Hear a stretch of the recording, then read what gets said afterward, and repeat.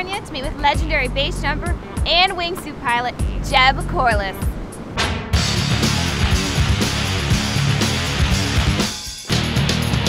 Base jumping is when a person jumps off of a cliff with their body. And when you jump off a cliff with your body, you can do something called tracking, which is where you put your arms and your legs together and you can actually slide across the air. Basically, a good tracker can get about a 1-to-1 glide ratio, meaning for every foot they fall, they can go forward a foot, okay? Well, a wingsuit gives us more surface area because it gives us wings that go between our arms and our legs. Now, this surface area gives us the ability to slide on that air better, meaning that we can get about a 3-to-1 glide ratio, meaning we can fly 3 feet forward for every foot we fall, which gives us the ability to really more fly like a flying squirrel. You know, it gives us the ability to jump off the cliff and start moving forward instead of just straight down. And the whole time, you can be flying 5 feet from the ground, watching the ground move under you at over 100 miles an hour.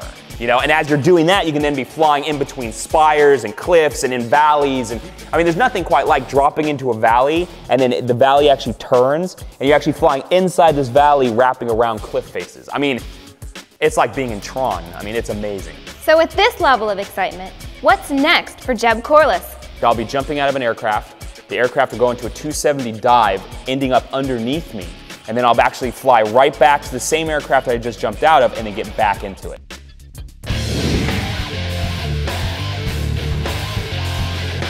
As scared as you'd be, standing on the edge of a 1,000-foot building and jumping off is exactly how scared I am.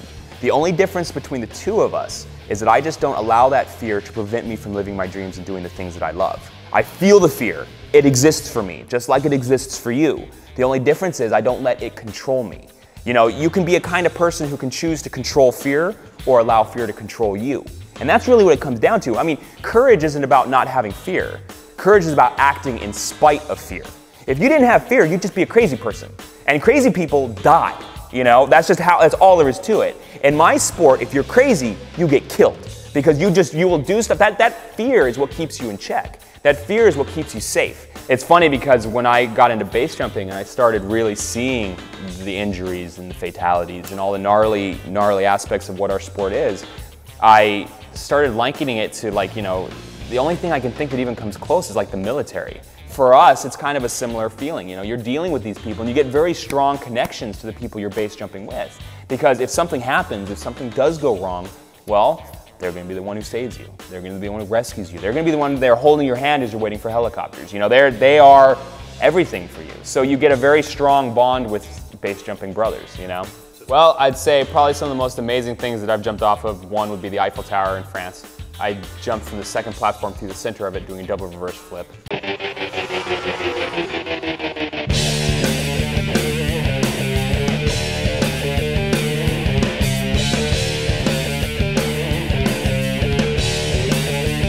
I jumped off the Golden Gate Bridge in San Francisco.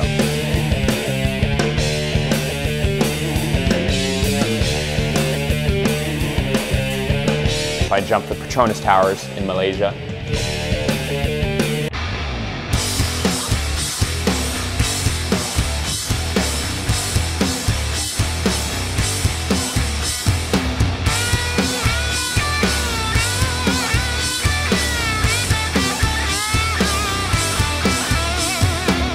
Nothing is impossible. You can do anything in life if you're willing to put forth the effort and if you have the desire. You can make anything happen. That's how winning is done. You know, that's how you win. That's how you succeed, is because you don't give up. You know, the people who fail are the ones who give up on stuff. That's how you fail.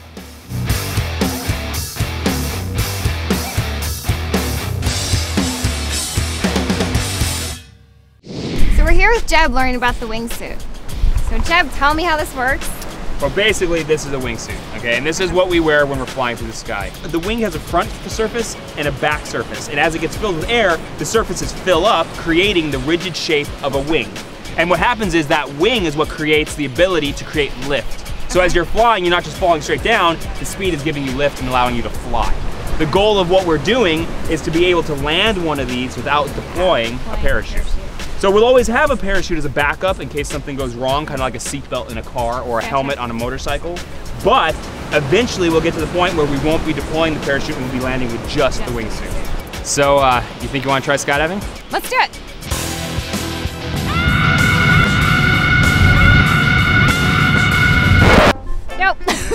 You know what, Jeb? I don't think I can do this. You're absolutely crazy. And you are flying solo, man. This is what I do. This is how I live. So I'll retire shortly after I die. And that's pretty much, there's nothing for me after this. I hope you enjoyed this edition of Sports Explorers. I'm Hannah Cornett, saying goodbye for now.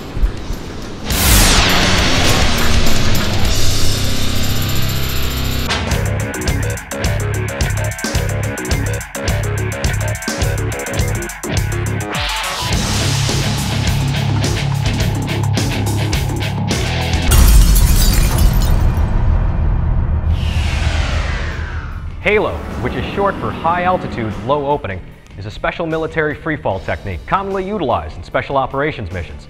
HALO techniques date back to the 1960s when the U.S. Air Force was conducting experiments on survivability factors for high-flying pilots needing to eject at high altitudes.